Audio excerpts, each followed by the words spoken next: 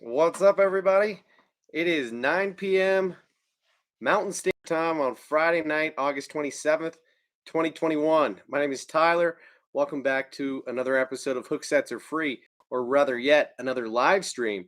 So, hope you all are having a great day, night, or whenever it is that you're watching this, if it's on the replay. But I'm going to give people just a couple minutes to hop in here and join me for the live stream.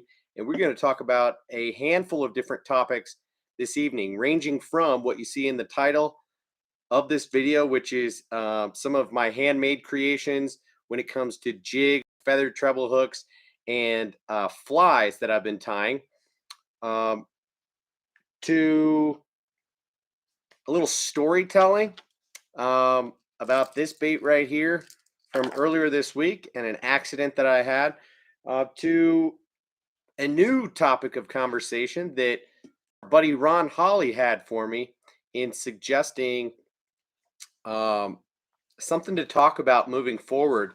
And I thought that was a pretty cool idea. He suggested that we talk about um, lures and a title called Must or Bust.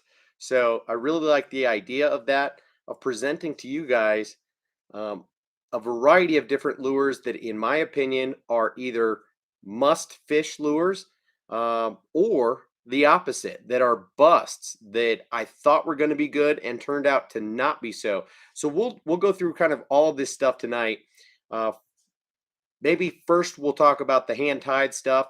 Then we'll talk about the story from this past week, as well as a couple things that I've been catching fish on this week. And then we'll go into a couple must or bust ideas that just were kind of straight off the top of my head. So um, let's give people a couple minutes to hop in here before we really start rolling into it. But what's up, Ron? What's up, Ryan? How are you guys doing tonight? Thank you very much, Ryan. The family is doing well, thank you.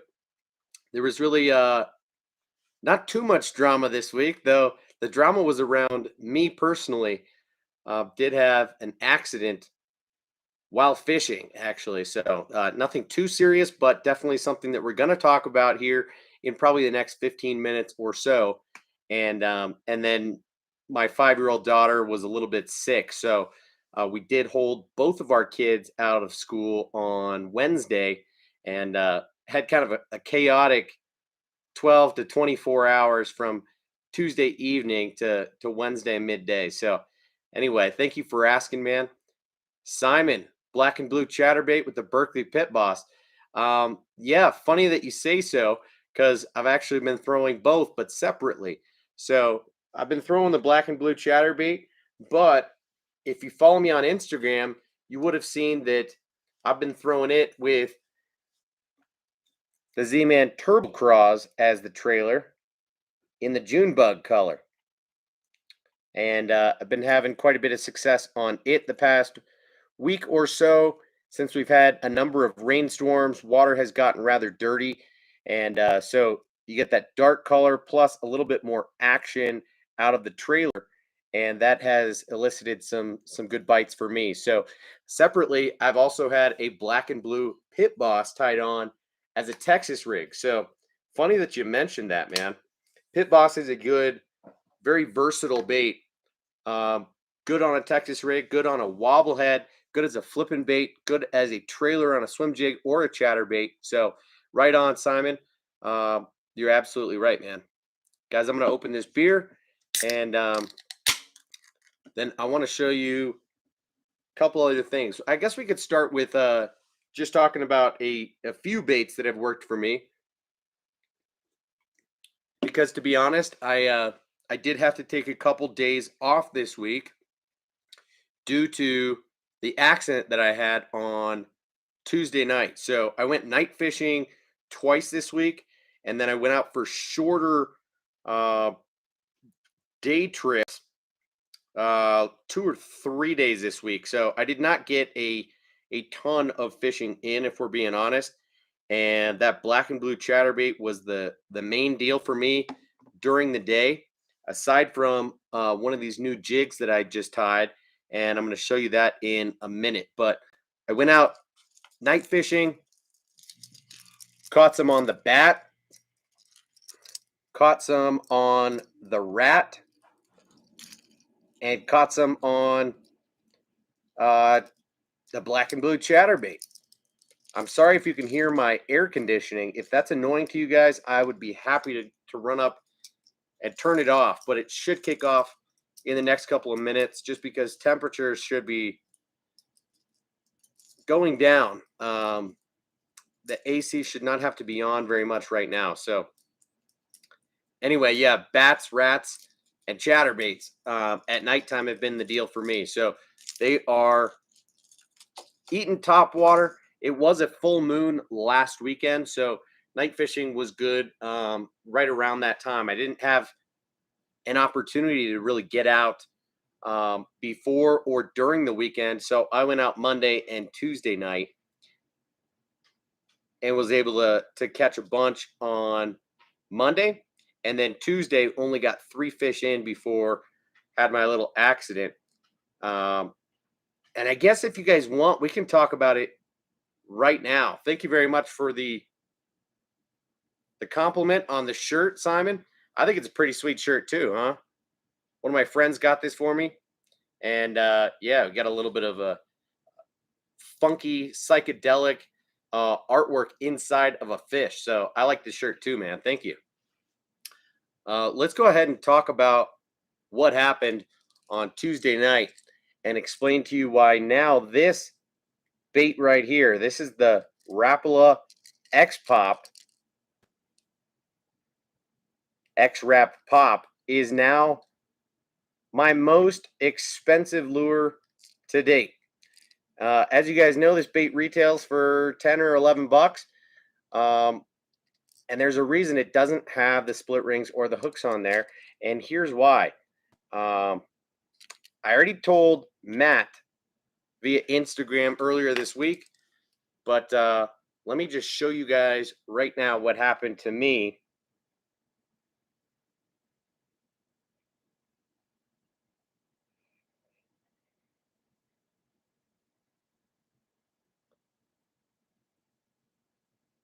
So here's a couple pictures of what it looked like.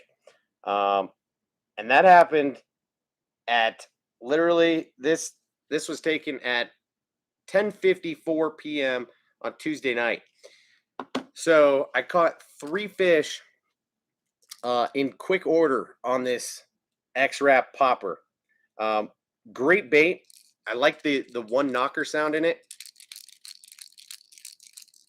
It has a great action.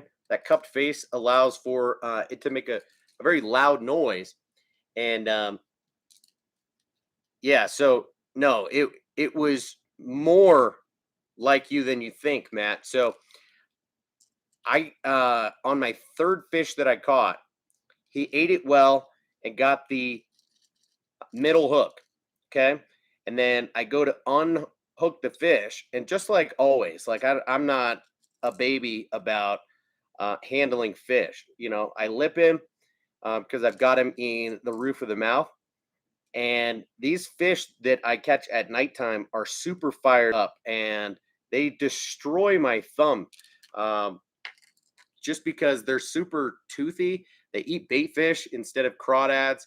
And so they've got pretty sharp teeth and they thrash a lot. So this fish, my third one that I caught, shook, and almost immediately that back feather treble hook swung around and caught me in the thumb, square in the center of the thumb.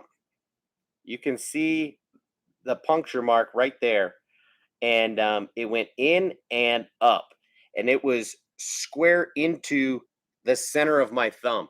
And of course, I was fishing in the dark and I couldn't tell just how bad it was. So the tricky part was that now the fish was hooked and I was hooked.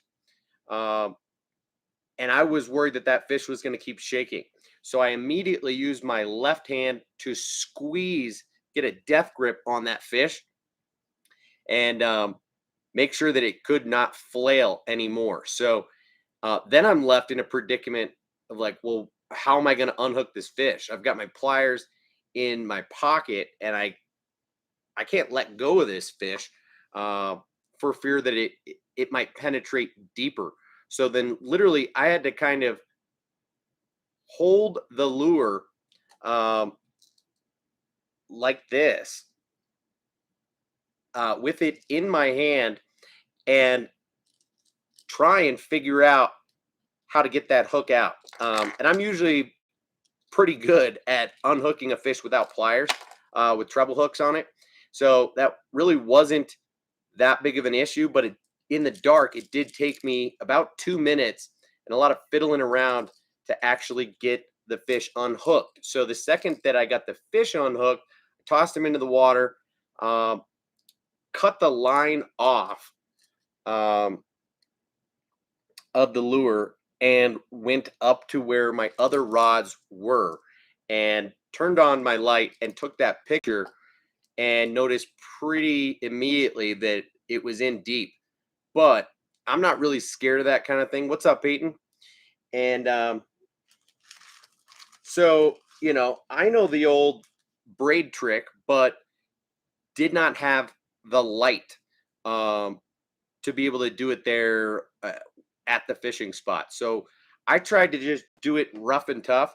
I got my pliers out. I literally had this giant pair of pliers, and I got a good grip on the treble hook. Now, because it was in my hand and facing up, I could turn my hand around. And the idea was that I was going to grip that treble hook and pull it away from me and pull the lure toward me at the same time. And it did not work and it hurt like hell. Um, I ripped pretty hard and made no progress. So I immediately knew that this was a bigger problem and I needed to get out of there. So unfortunately, it was pretty painful for me to be able to get back home kind of one-handed. I ended up having to hop a fence to get back to my car. And anyway, I got home instead of going to the emergency room. That was, in my mind, kind of a last resort. But once I got home and grabbed some braid and wrapped it around the hook itself that was inside my thumb, I realized that one, this is my dominant hand. So I'm using my non-dominant hand to try and pull it out. And I can't jerk fast enough, go from slack to tight and be able to do it properly on my own. If it were in my left hand or just at a different angle, maybe I could have done it on my own. So it was super annoying and ended up having to wake my wife up. This was about at midnight at this point, maybe 12:30. I'd been trying to figure out a way to do this on my own without having to tell her or wake her up or concern her. Now she is a nurse, so I had some degree of confidence that uh, she'd be able to help me out. So eventually I did wake her up, told her not to freak out, come downstairs and just help me get this out. And dude, we tried. And it was brutal. We tried multiple times and used the braid trick, and she had never tried before. Didn't know what she was doing. I explained it to her, and I think she was scared to watch herself do it, and it didn't know the exact angle. I explained it to her. It's got to be exact opposite of the way that the hook is going in my hand, and I'm going to press down the barb so it should be able to come out easier. And and when we finally did it, she pulled, and I think it went from slack to tight too slowly, and she ended up just pulling instead of yanking it out. And it hurt like shit. And so then I figure, okay, I don't really want to do that again. I might try it myself later, but I hate to say it, but I can't trust you to try that again. So what we're gonna do is try and push the point of the hook up through the meat of my thumb and out toward the top. It, as I showed you, it was already in there quite deep. Um, so it was a little bit tricky to figure out just how we were going to do that.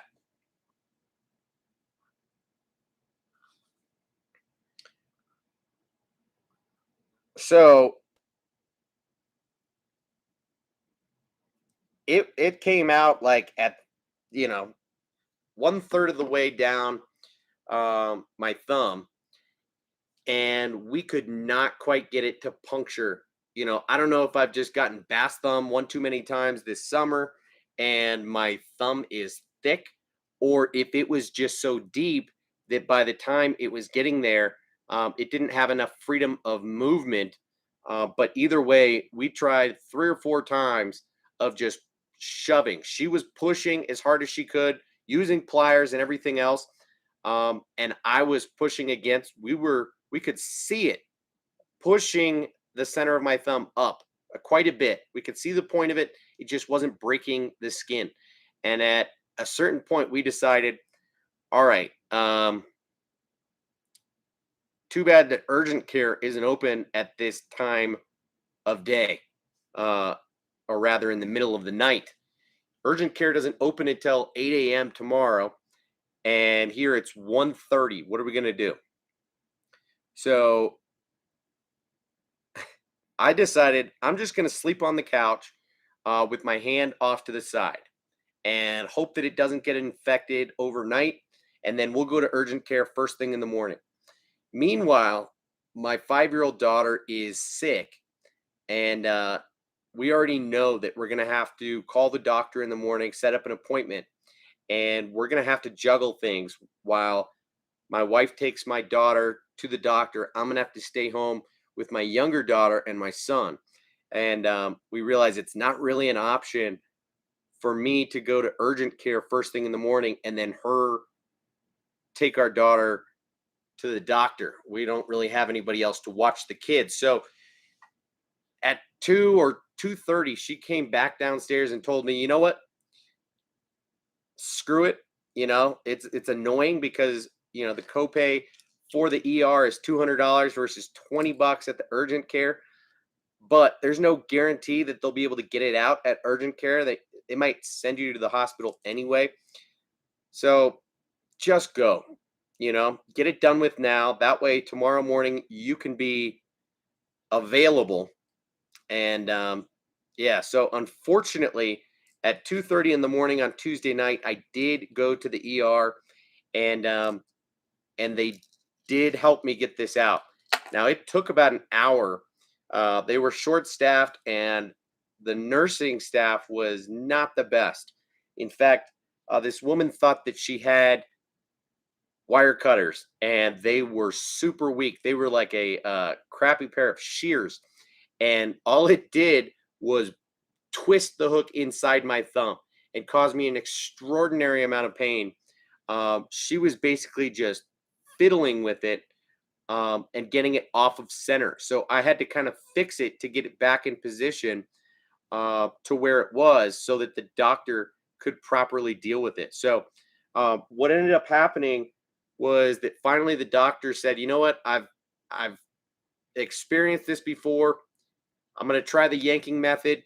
Let's numb up your finger. So he put a shot of lidocaine in my thumb. The whole top of my thumb turned white, felt like a rock, was filled with fluid.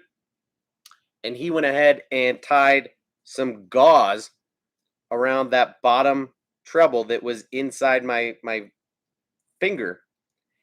And with one fell swoop of the yank method, with a little bit of coaching from myself and telling the nurse to hold the hook with some pressure down, he got it out, and I was on my way in about 45 minutes to an hour. So that was super brutal, and my thumb was really sore, really Wednesday and yesterday. Feels pretty good today, honestly. Not too swollen. It looked bad and felt bad the day after, and was still kind of oozing. So yeah, holy shnikes is right, Ron. I surprisingly, in 5, 6 years of bass fishing, pretty damn hard, I have never gotten seriously hooked. Never passed the barb. So I guess I was due for it to happen at a certain point, but unfortunately, it had to be in the middle of the night, and I had to go to the ER. So now this $10 popper of mine is officially my most expensive lure since I ended up having to spend $200 to go to the ER, and this guy is just going to be a souvenir and go on my car keychain. Um, Serve as a reminder of what happened, but there's no real lesson to learn there, unfortunately, because I wouldn't have done anything differently, to be honest with you. Um, so too bad, so sad. It's part of fishing. So let me get to your comments, and then we'll talk about some stuff that I've been tying up in the way of jigs and feather treble hooks and flies. I'll kind of do a little show and tell for you guys, and then we can move on. So Matt says, I caught 7 bass today, man, off that Depths Evoke.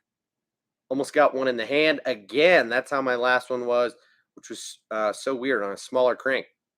Yep. You drove to the hospital with the whole swim bait on your hand, dude? Yeah, that was the real issue for me. And the reason that I woke my wife up is that I couldn't use the split ring pliers and remove the bait from the hook without just causing an extraordinary amount of pain. And so that's part of why I woke her up. And then I really just felt like she'd have a better chance of going from slack to yank, and being able to remove that very quickly. It's kind of the same concept as removing a kid's tooth. You tie a string to it, and then on 3, just pull. You can't just get it tight and expect to pull it out. It's got to be a quick yank. So super annoying.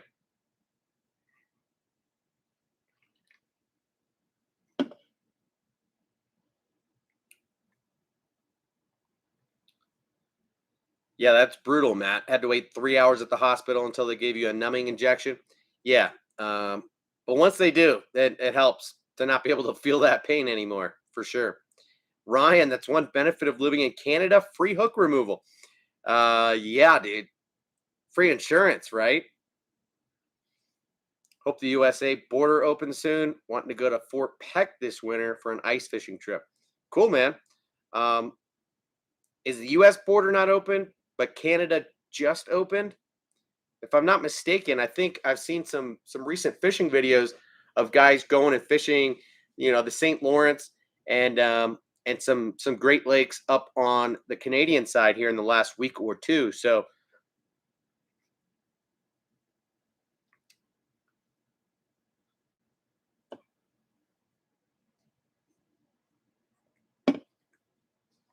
all right, guys.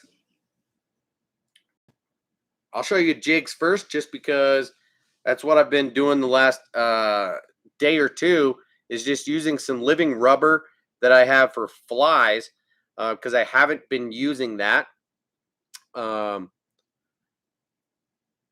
I bought it to use for tying topwater uh, grasshoppers and things like that with rubber legs. And then I was shopping around. I've been hearing more and more about living rubber, round rubber, square rubber, flat rubber, on jigs, and I don't know what it was. I had some good luck on. There was a company that I've got a number of their jigs. They're called 2K Jigs. You should check them out. They make super high quality stuff. It's all hand tied, and most of it has a majority of living rubber, and it's great stuff. And I caught a really good fish on that jig, a few fish on that jig. I think I talked to you guys about it in a live stream a couple of weeks ago. And then unfortunately, I lost the jig to a snag just a week and a half or 2 weeks ago. And so had the idea to go online and buy my own rubber and tie up some jigs. And I ended up placing the order not quite a week ago. It should be arriving tomorrow from Tackle Warehouse. Fingers crossed. I don't know if that's for sure going to happen, but I do have it coming in the next couple of days. And I ordered kind of a bunch of it. So I'm excited to see what the differences are and to see kind of what creations I can come up with. But here is one that I tied up a couple days ago and took out on the water today, and got a really nice 2 or 2.5 pounder on. So, this is brown and orange and just matches up perfect with this trailer. This is the Savage Gear 4D Craw. So you guys are probably familiar with this bait. They make it in a 3, 4, and 5 inch, maybe. I'm not quite sure. This is the bigger size though, and I ended up cutting it down part way because it's such a large bait. But essentially, it's like a green pumpkin orange, and this brown with orange matches up ideally.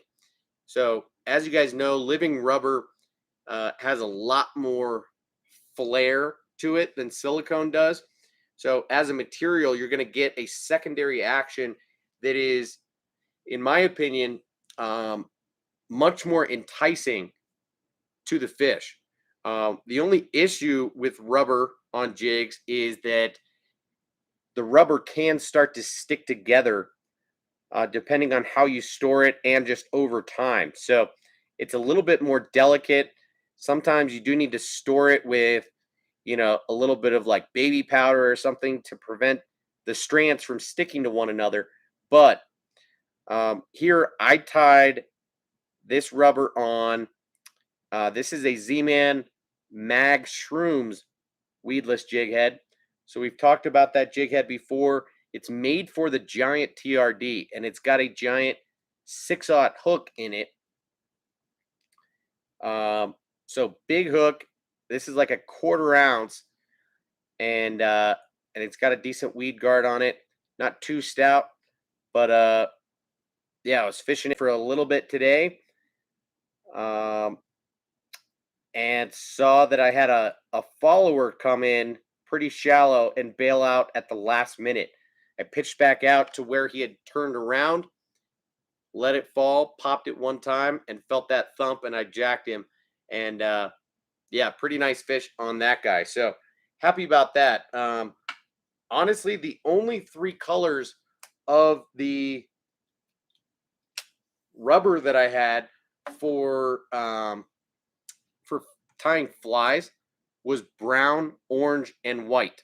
So you're not going to see a lot of variation here, but just a little bit in the way of the heads that I'm using. So I've talked before about how I absolutely love this Z-Man Finesse Shrooms micro jig. And essentially all it is a Z-Man Finesse Shrooms jig head, same size and everything, but they've got a collar up on it so that they can put a typical rubber skirted or rubber banded silicone skirt on there. And I've had a lot of good success on these guys, but again, silicone, and it's on there with a rubber band, which over time will dry out, will break off. So you do kind of have to hand tie it, wire tie it back on there. So what I've done is mixed up a little bit with the jig heads that I'm using. So here's one where I took the Power Finesse Shrooms jig head, which is kind of that mid-size, right in between that Mag Shrooms I showed you and the Finesse Shrooms that I just showed you. This guy has like a 2/0 hook on it. And here I've tied on all 3 colors. So I got brown, orange, and a little bit of white. finesse cut that skirt. And yeah, pretty excited to fish that guy.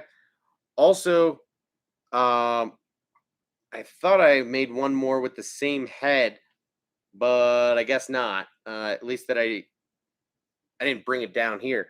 But here's one with the standard finesse shrooms, but this is actually the Nedlocks variation of the hook.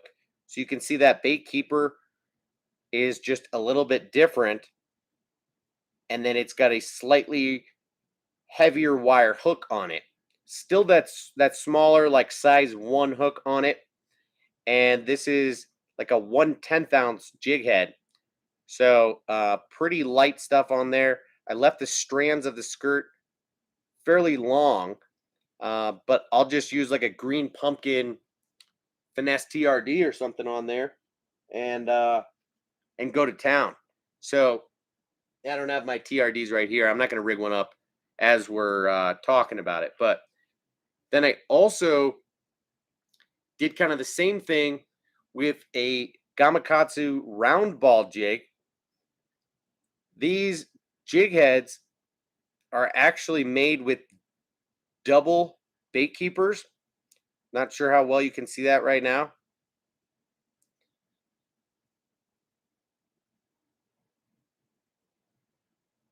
And so it's almost like they designed it so that you could put a skirt on the front.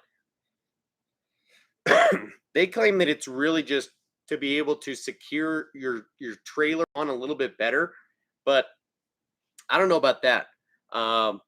So I thinned out the skirt by cutting everything that was underneath so that you're just going to get a much thinner profile, a lot of flare to it. And this is pretty much all brown with just a little bit of orange on both sides. So give that a shot. But round ball jig heads are super versatile and can be fished a lot of different ways. So disadvantage to this one is that there is no weed guard on it. And, you know, that's really the case with pretty much all of these that I'm going to show you. Next up, this jig head is another Gamakatsu round ball. This is like the 211 hook. It's a very small hook, and it's got kind of an inward angle to it. Not sure if you can see that, but it almost looks like, and I've had good success using it as like a weighted wacky rig hook, because I think this guy is only like a 1/16 of an ounce. So this is mostly white with a little bit of purple in there. And then did another one that is primarily orange with just a little bit of white on the bottom. And that guy has nothing hanging off the front, but a much thicker amount of thread on the front. And lastly, I've got two of these shaky heads. These are by Owner. And as you can see, they've got a flat bottom. So this is the Owner Ultra Head shaky type jig head. And I think it's got a small 1/0 or 2/0 hook on there. So not super substantial. This guy weighs like 1/8 of an ounce. So again, I finesse cut that skirt. And I'm just going to throw, again, either an Elastec bait or just a very finesse worm, something in the ballpark of 3 to 4 inches that will just be kind of a shaky head with a little bit of secondary action from that jig skirt. So I tied two of those up, same exact deal. Brown with some orange on the bottom. And then the last one, which I kind of like, is I took a Z-Man Finesse Shrooms jig head, just the very standard one, in white, in this really light, like 1/15 ounce. And I put all white rubber on there. Super finessey. And yeah, I've got a couple trailer ideas in mind for that. So what do you guys think of those?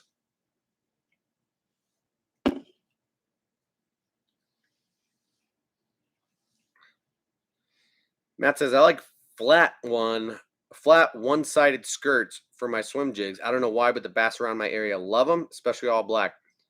Flat one-sided skirts. Interesting. Daniel says, how long does a rubber band skirt last before it rots?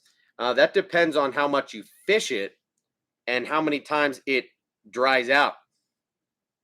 If you don't fish it, it'll last a while, dude. But if you get this thing out on the water and it dries, and out on the water and it dries, maybe only a season or less. I've definitely had some that have rotted on me and cracked and come apart, where then all you're left with is the jig head and the separate skirt. So luckily, I do have fly tying materials. I've got thread. I've got some wire, and so I've been able to reattach skirts without any issue. And I've done that with a lot of my jackhammer chatterbaits. Those are tied on with thread instead of wire, which is weird because I think some of the newer Z-Man chatterbaits are wire tied. But that's a good question, Daniel. But it will definitely last longer if it hasn't been fished and is still in the package. You are correct in asking and assuming that. I would say it'll last potentially years, but once you fish it, it's going to start to break down once that rubber is wet and it dries.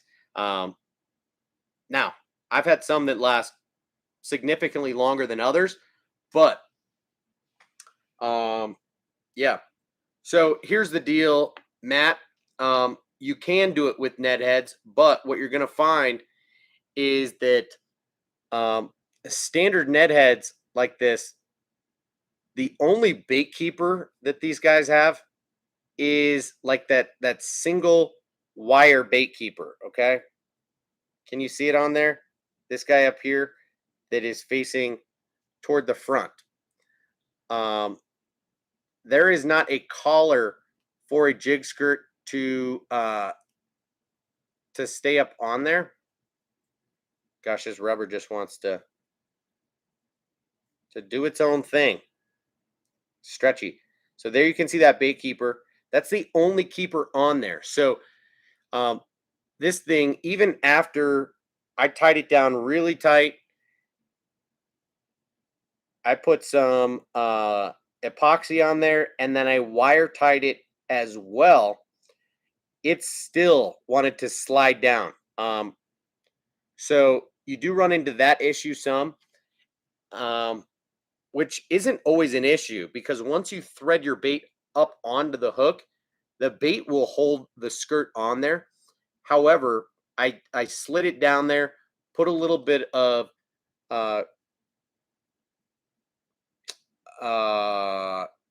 essentially super glue.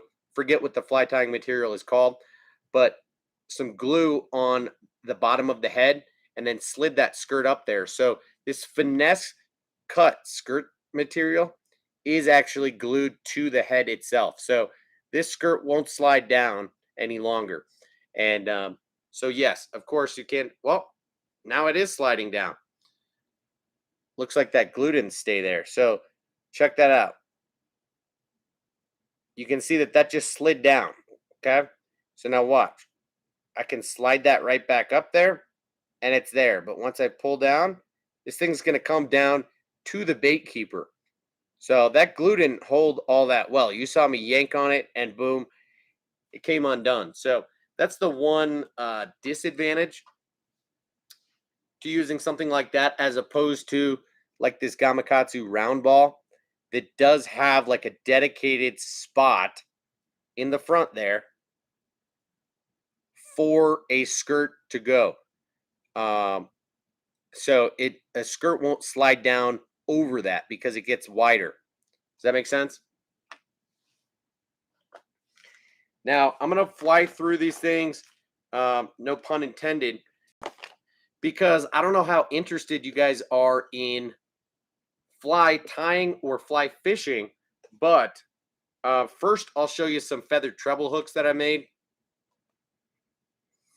And I've already put a handful of these to use. So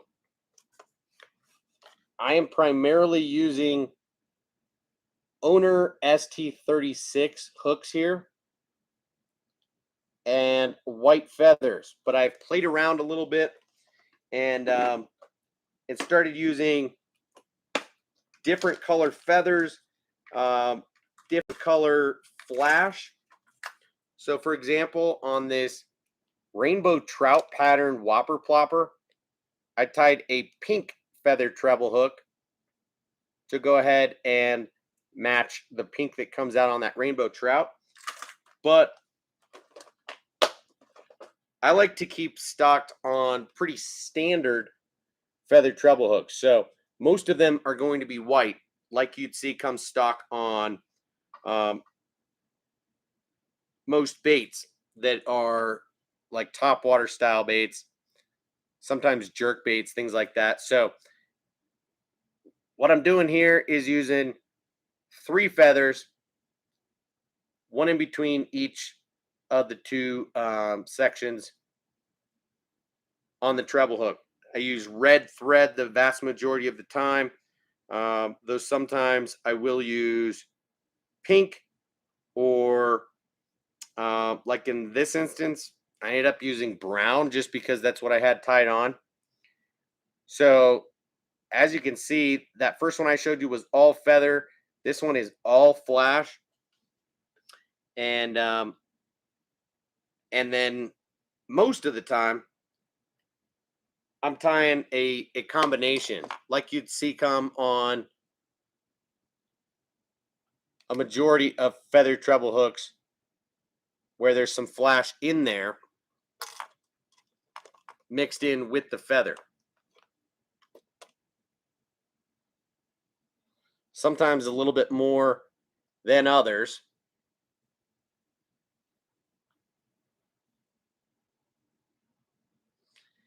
I like that feather to be hanging about, not quite one hook's length longer than the hook itself.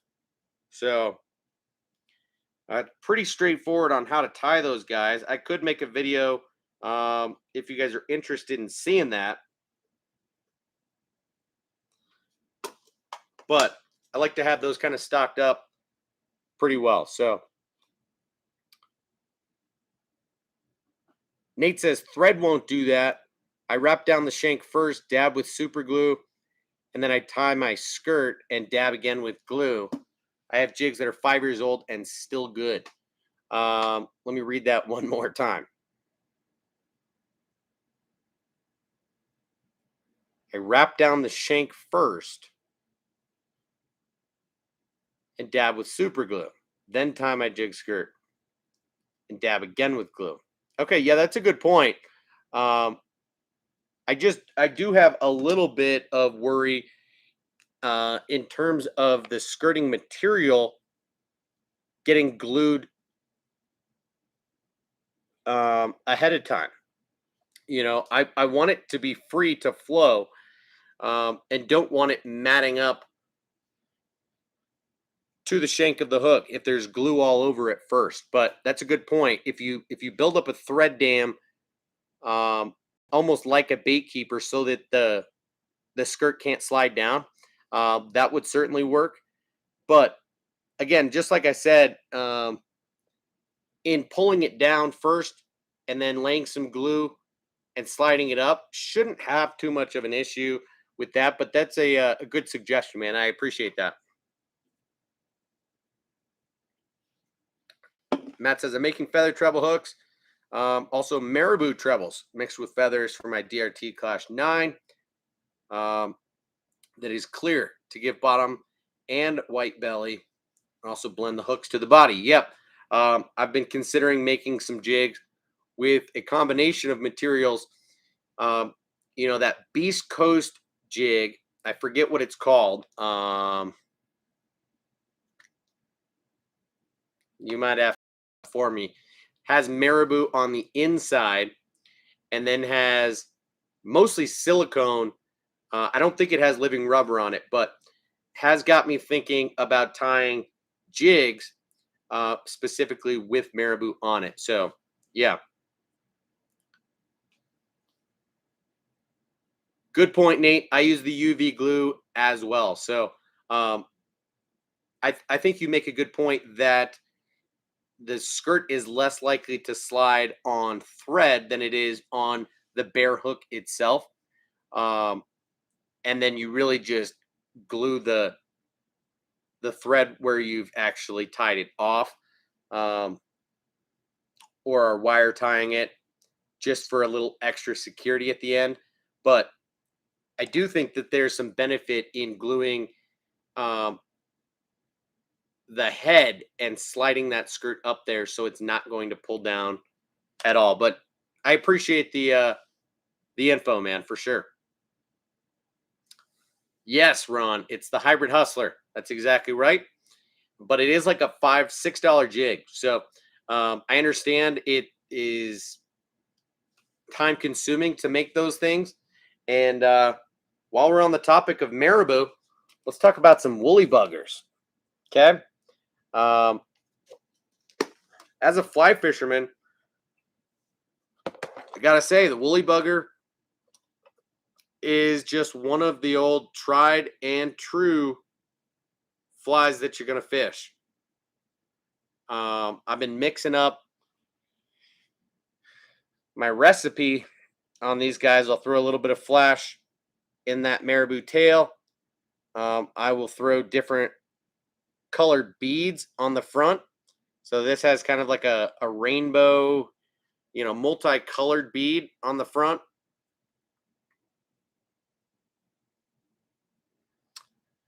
But for those of you who don't know, a woolly bugger is just a streamer. It's a weighted fly meant to be fished subsurface and stripped, as opposed to nymphs and other subsurface flies that you're going to let drift with the current. So the woolly bugger is one of the best for when fish are aggressive. They're chasing bait fish, crawfish, things like that. So black is a great one. Olive green is a great one.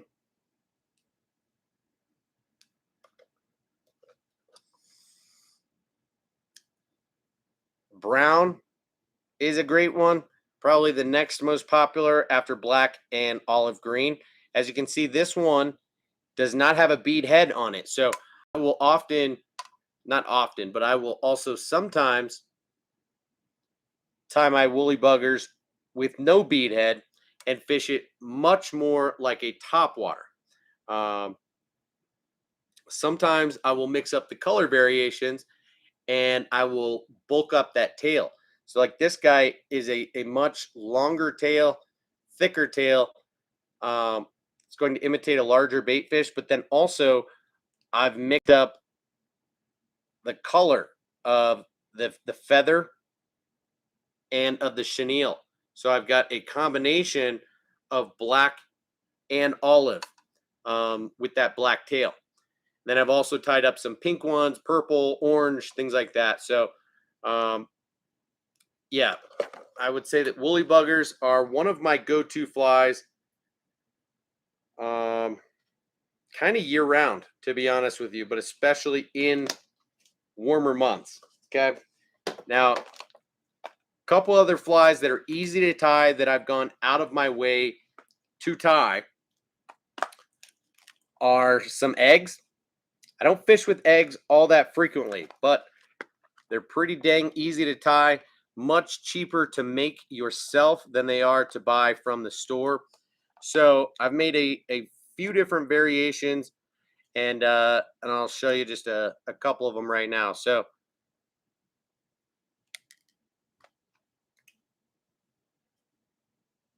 it's going to be hard for the camera to really pick these guys up. So this is to imitate a salmon egg, a trout egg. These come in all sorts of color variations. And of course, I just pulled these all out of their little compartments. And so I don't want to throw them back in improperly.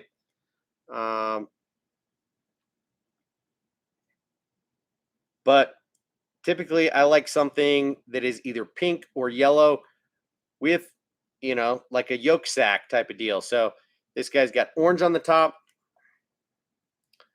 And then some of them, I even get a little bit creative and I will throw like a tricolor type of deal that's got orange, yellow, and pink or red in it.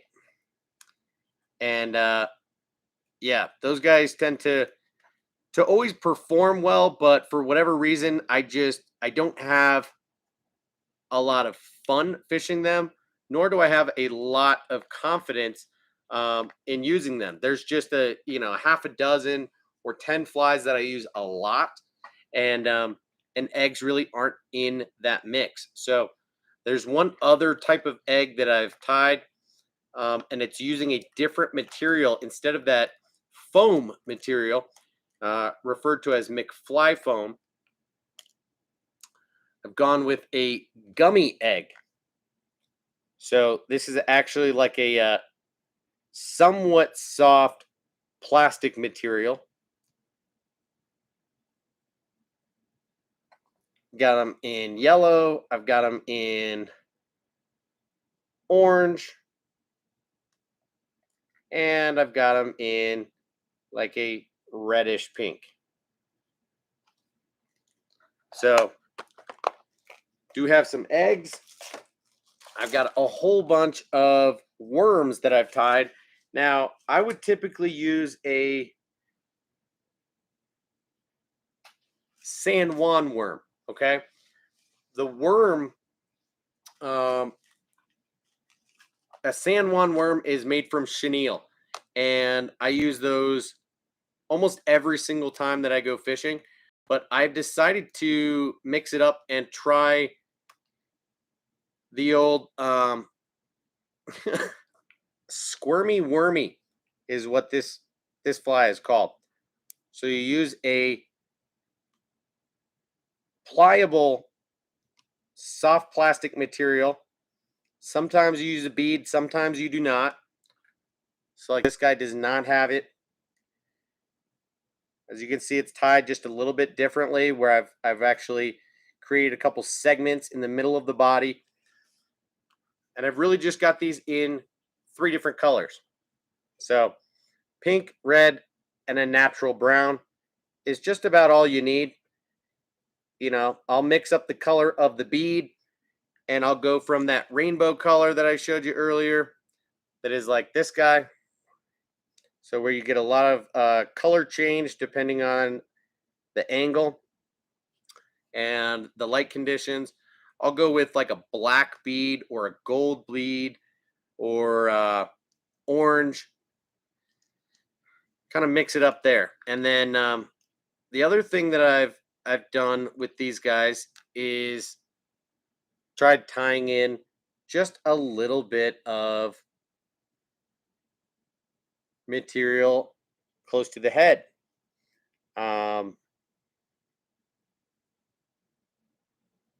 Don't know how well you can see that, but just give it a little bit more texture.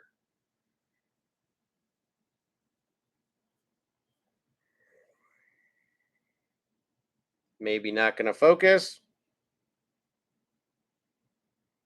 A little bit of hair on that head. Okay. So the squirmy wormy is one that I've really gotten to become familiar with over the last year or so of fly fishing for trout, and they eat it extremely well. So I've probably got 5 or 6 dozen of them tied up in this little box. And then over here, last thing I'm going to show you tonight in terms of my hand-tied flies are the old classic zebra midge. Okay. It's going to be relatively hard for you to see this. Maybe not. So zebra midge is one of the simplest flies out there, and yet one of the most effective. It is literally just thread with wire wrapped around it. Some of the more popular patterns and what I've had the most success on are like a black in a size 20, hence the name zebra. I believe this is really what like was the original fly, is just a black with silver thread. And I have mixed it up. Black and red are the main ones that I throw, but I have gone to tying orange and green and pink and purple. I've also done kind of what I just showed you on that squirmy wormy, in throwing a little bit of hair on the head. So like this guy,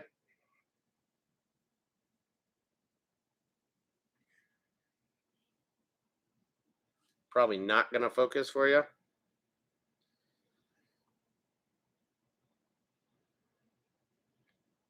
Sadly. Well, I don't know why it's that big of a deal, but I've really come to play around with it a bit. So like this one I think is pretty sweet. And I know we'll get bit really well. I put a pink head on there, black body, and gold wire. Just gotten real creative with the different color threads, different color wires, beads, no beads, things like that. But the zebra midge and the San Juan worm are like almost too easy to catch trout with, at least here in Colorado. Just absolute go-to flies. And so I figured I might as well tie my own instead of spending $2 to upwards of $3 per fly when they're pretty easy to make and cheap to make. And I could just whip up a ton of them for myself and for my family. So I'll show you the San Juan worms another time, because I've gotten a little bit creative with those as well. But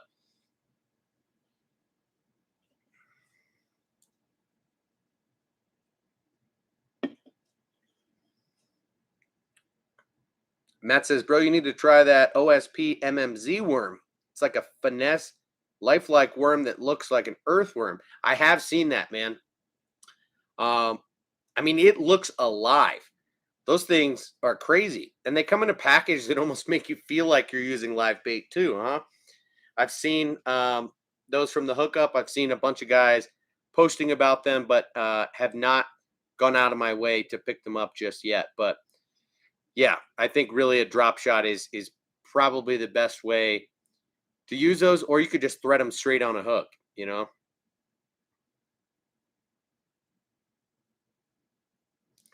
So you can even make them look bigger by putting epoxy around the hook.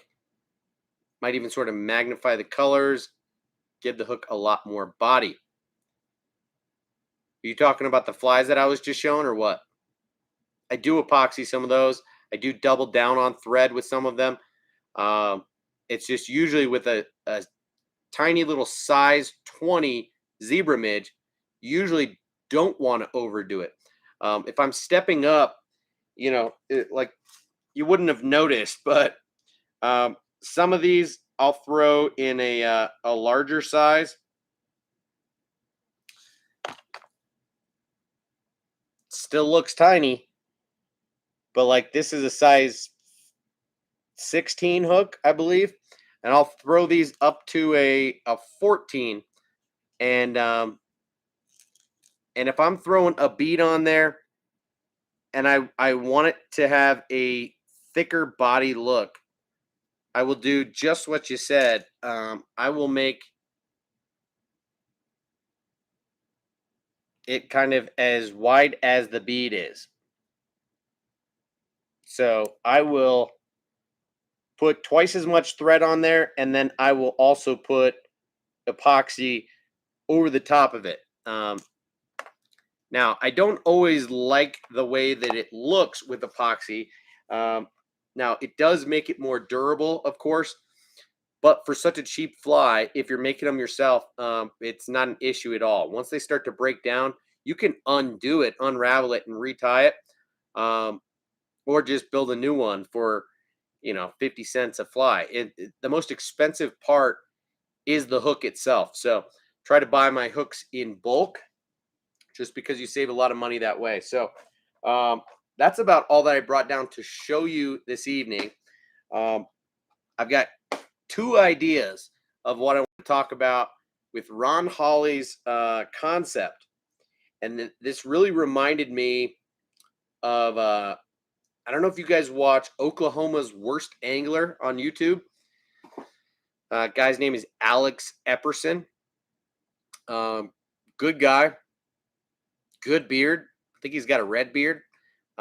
He's from Oklahoma, catches big fish. He's definitely not the worst angler in Oklahoma, I'll tell you that much. He's good.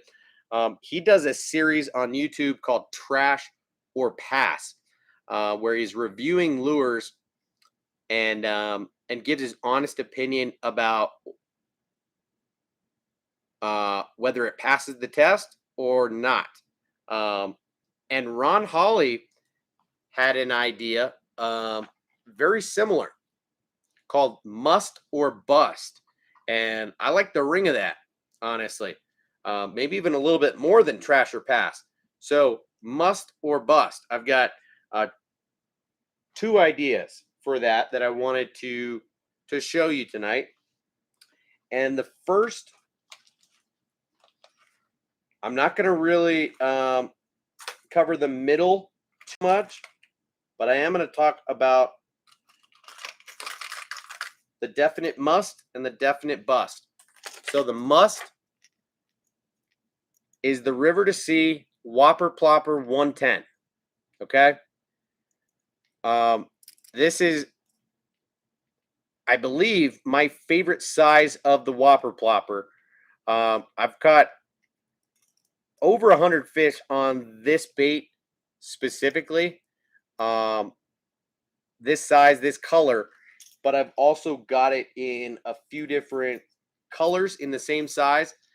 And I've got this color, the loon color, in the 75, the 90, the 110, and the 130.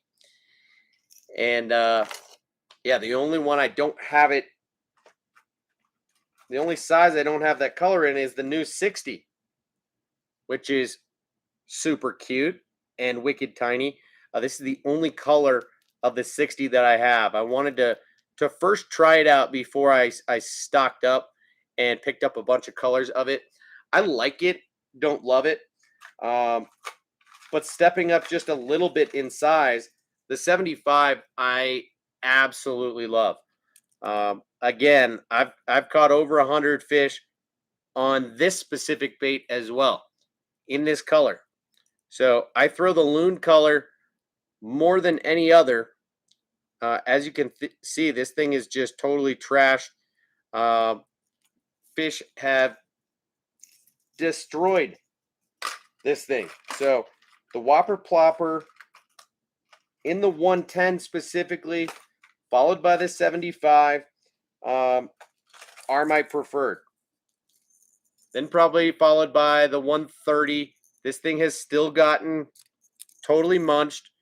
You guys can see I've gotten, I've probably caught a few dozen fish on this loon 130. But that right there is the must for me. The bust for me, in the same category, is the new Guggen Squad Revolver. This thing came out, I don't know, a year ago or less. It's got a slightly different concept. Of course, it's a plopper bait that was released, was designed and released because of the success of the Whopper Plopper, the Berkeley Chapo, and a handful of other baits that are now in this same category. So most of the baits in the category have the same design as the Whopper Plopper, where you get a tail in the rear section and you get a hook up front and a hook behind the tail. Okay. The revolver, on the other hand, has a hook behind the plopper and a hook on the tail. It's an interesting design because it's got this flat tail that theoretically should help the bait from rolling as much, especially when it fouls up.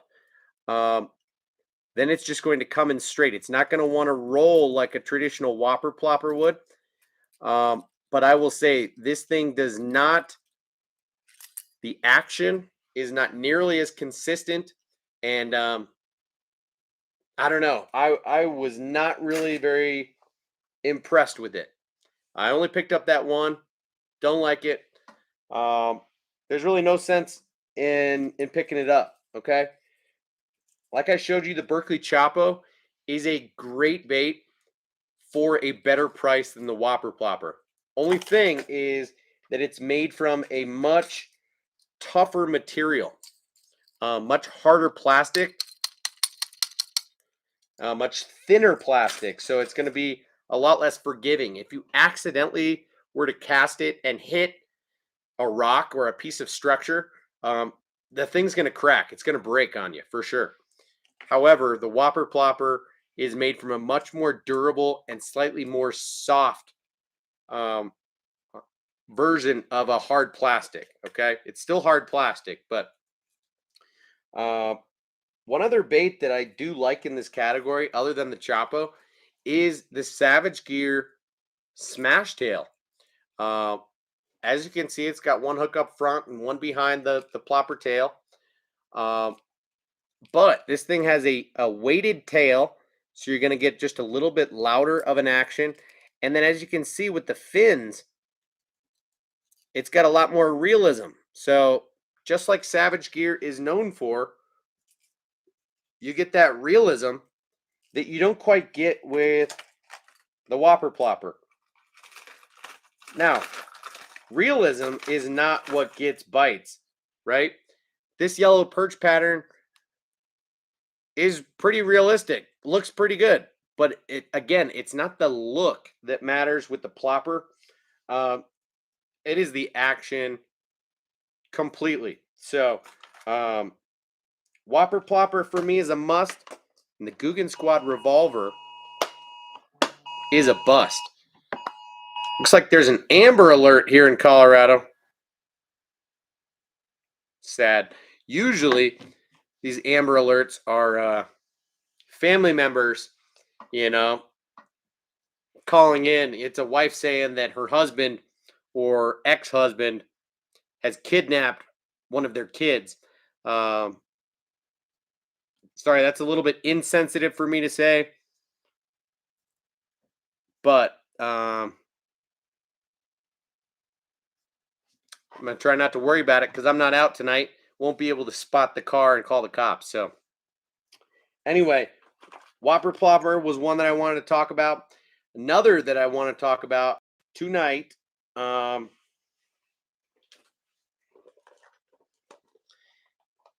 this shouldn't be all that controversial, really, but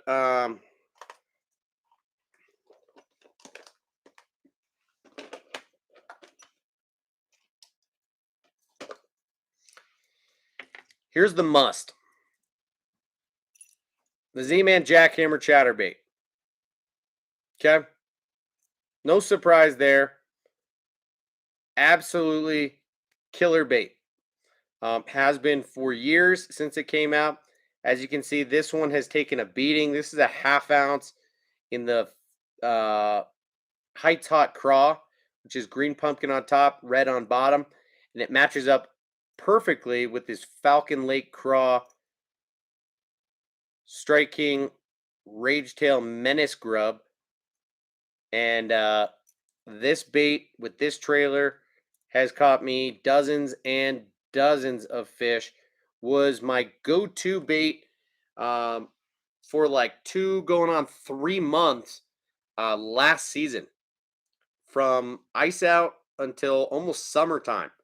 I went through 2 of these and caught well over 100 fish. Absolutely love it. Now, and you guys know I talk about the jackhammer chatterbait all the time, and I always will. Okay, it is a absolutely superior bladed jig to anything else on the market for sure. But if we're talking about a bust, I would say that the jackhammer stealth blade falls into that category for me. Now, I did buy a handful of these and found myself disappointed. It is made with high quality materials.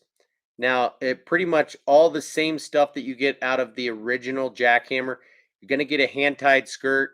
You're going to get the weight stamped on the bottom of the head. You're going to get a high quality hook and high quality, um, attachment of the blade. But a couple things here. One, the eye of the hook looks totally different, right? Sorry, the eye of the head where the blade attaches. Can you see that? So the blade here goes side to side and makes contact with the head. As you can see, the paint is chipping off the front of the head significantly because that blade goes back and forth and over time chips the paint right off of the head. Now this guy, on the other hand, has a different attachment, which is much higher. So this blade is going to run up. It does not have the freedom of movement to be able to make contact with the head. That is above the head. I don't know if you can see that. But this is above the head. It really is not going to make contact. And even if it does, this blade is made of plastic and not metal. So the vibration is subtle. It's much quieter in the water, and the blade is much smaller. Look at the size of the original jackhammer blade and look at the stealth blade. I'm going to put these literally right next to each other for you to be able to compare the size. It's probably 40 or 50% smaller. It is significantly smaller. And then the last thing is that on the jackhammer, it uses a snap for more erratic and free movement of that blade. On the stealth blade, they have put an oval split ring on the front.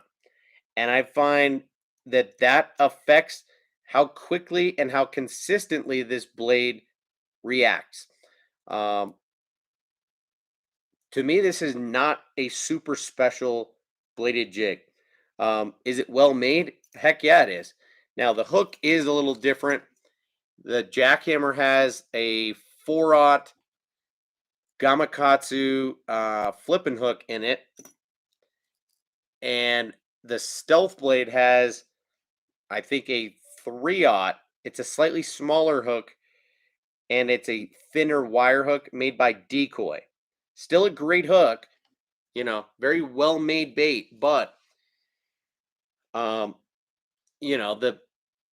you almost need to use smaller trailers with this bait. So I immediately threaded this guy on, found that the trailer was almost overpowering to the bait. Required me to do a little bit more experimenting and playing around. So then I got all cutesy and I tried to put like a jackal eye shad on the back of here as a trailer and a Reaction Innovations shiver shot. Thought those would be great, and yeah, they were meh. I still found that one of my favorite trailers is that Strike King Z2. So this I've just cut down. It's a 5-inch bait. I've cut it down probably an inch. So it's a 4-inch trailer, but most of it is a really narrow tail. So I find that works.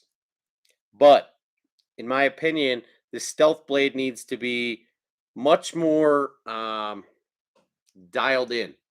So a half ounce is going to perform better than a 3/8 because of that action. Um, the trailer is more important than it is on a standard jackhammer. The gear that you use and the retrieve that you use is all super important. And to me, that's just annoying. The jackhammer just kills it. Um, like each and every time I use it. I really only have to play with my retrieve. I will mix up the colors and mix up the trailers more so just for the fun of it, or because I want to imitate a different forage, or I want just a little bit more action. But I'm not worried about how the bait is going to feel at the end of my rod and how the fish are going to perceive it. Um, it does what it's supposed to do in the water. So for me, the jackhammer chatterbait is a must, and the jackhammer chatterbait stealth blade is a bust. And I know that's a little bit of a hot take. Um, if you wanted me to back down from that, the other that I might say is a bust,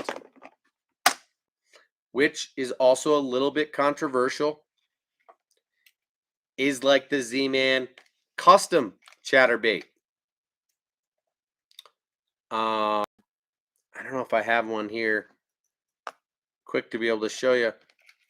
Maybe it's not the custom. I don't know which version it is.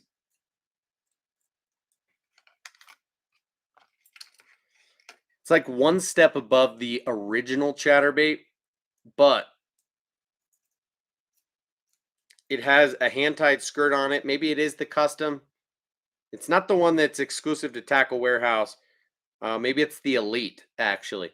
But the travel that the blade has is much less, and I find that it gets stuck mid-retrieve sometimes. And that to me is super frustrating. So something that should not happen when using a vibrating jig. You should have consistent vibration the whole time on a straight retrieve. So there are a lot of great chatterbaits and a lot of great bladed jigs out there on the market. And we've talked about that before, and we could talk about it all night. But yeah, my quick little hot take is that the stealth blade is a bust. Okay. So those are the two that I had in mind. That is all that I had in mind for tonight. We've been on here for an hour and 17 minutes. Why don't you guys drop down in the comments anything else that you guys want to talk about, any questions that you might have. And then we'll just chat for a few more minutes before I dip out of here.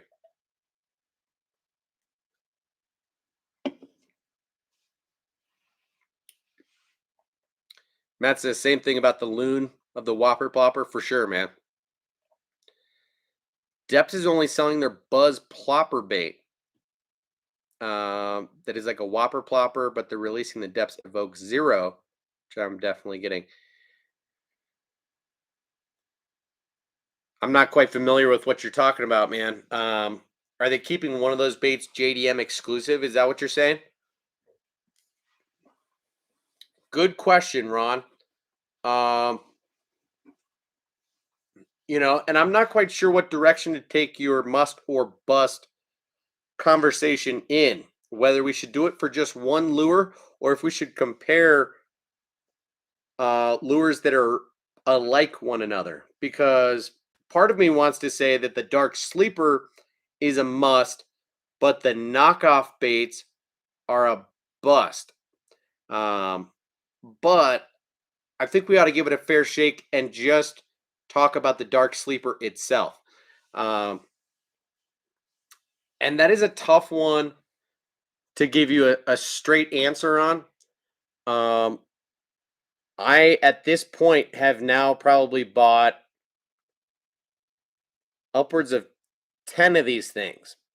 I have definitely caught some fish on these, but I have probably lost as many of these as I have caught fish on them, which is a bad sign.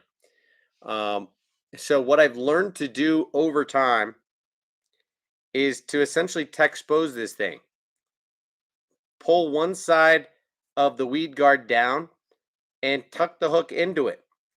So if you can see, when I pull down this side of the guard, that the hook is actually now tucked into this side of the fin and acts as a weed guard. So when you don't have that like that, this thing catches every single time. Um, the original design, they claim that the fin hides the hook and acts as a weed guard. And yet, I've gotten these things snagged a lot.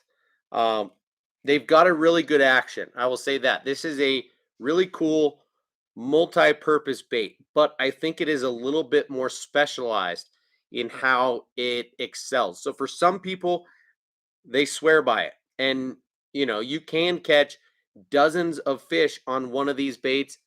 Um, Now it will get beat up. It's made of soft plastic, so you'll lose the eyes first, and then the body will get super torn. The paint will totally come off of it, and then it'll start to rip.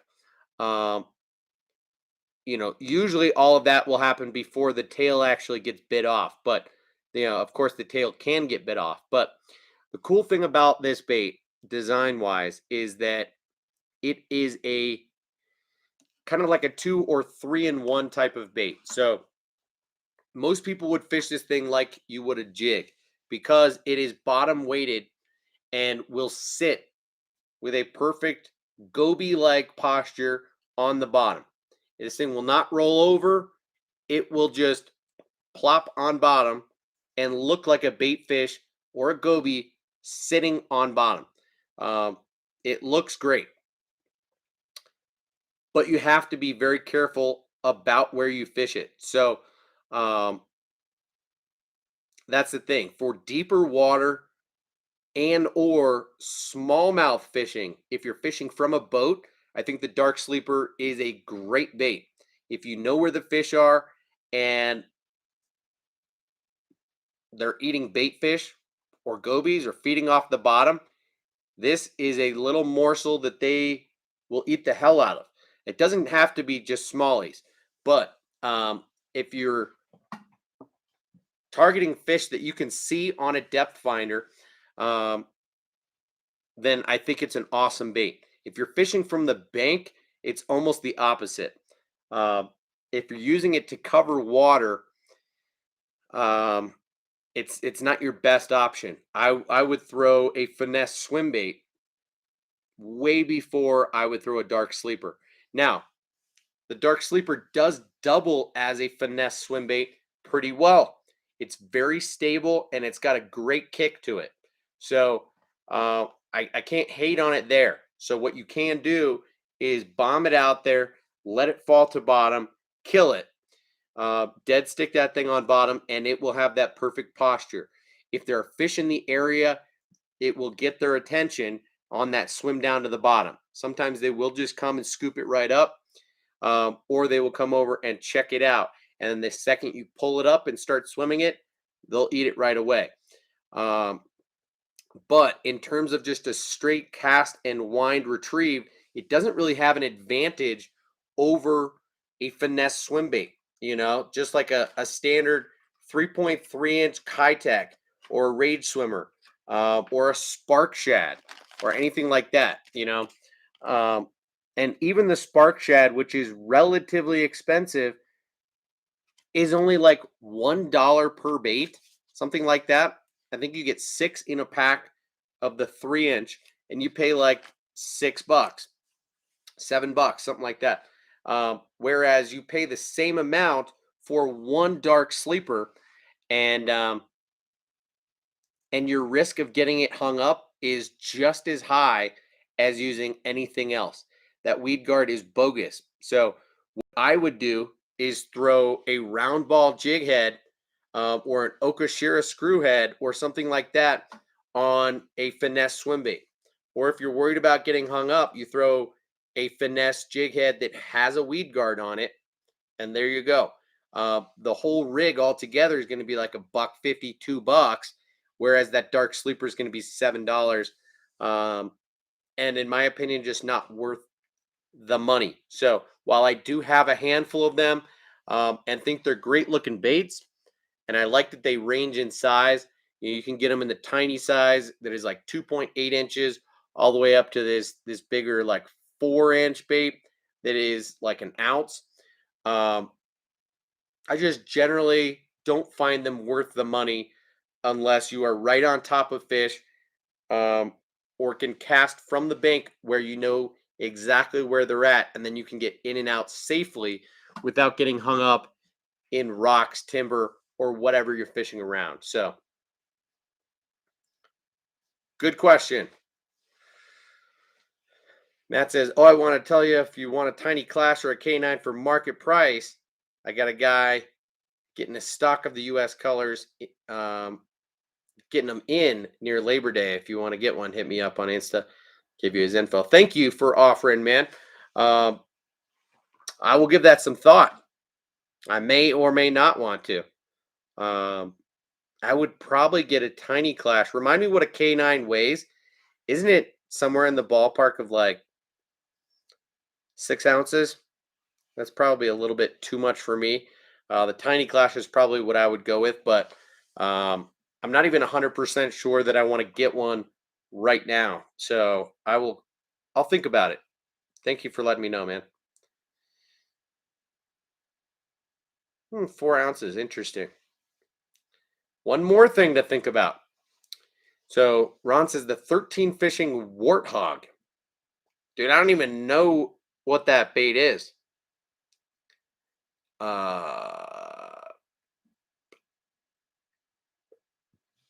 Give me a little bit of info. Is it a soft plastic or a hard bait? What kind of bait is it? In fact, I'll look it up real quick.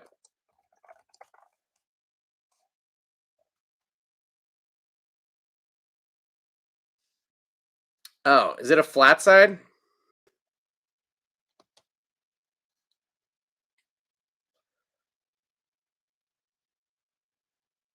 Or it's just a square bill? All right.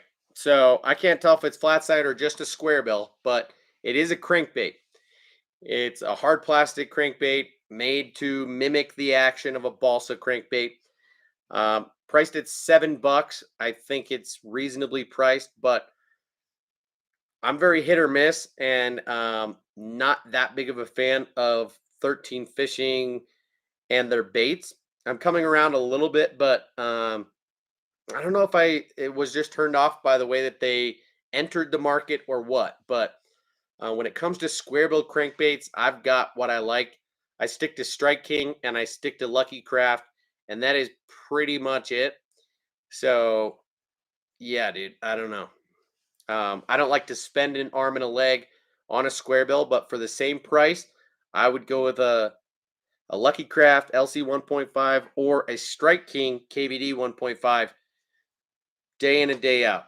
I've got a box of each of those that I fish regularly and don't really have a need to mix it up. Um, so that's just me. Okay. Matt, I'm not totally sure. Still kind of thinking about it. I'm not as much into to specialized baits like that. We've talked about this before. Um, so I the look of it, I admire the fact that they're bringing it back to the market.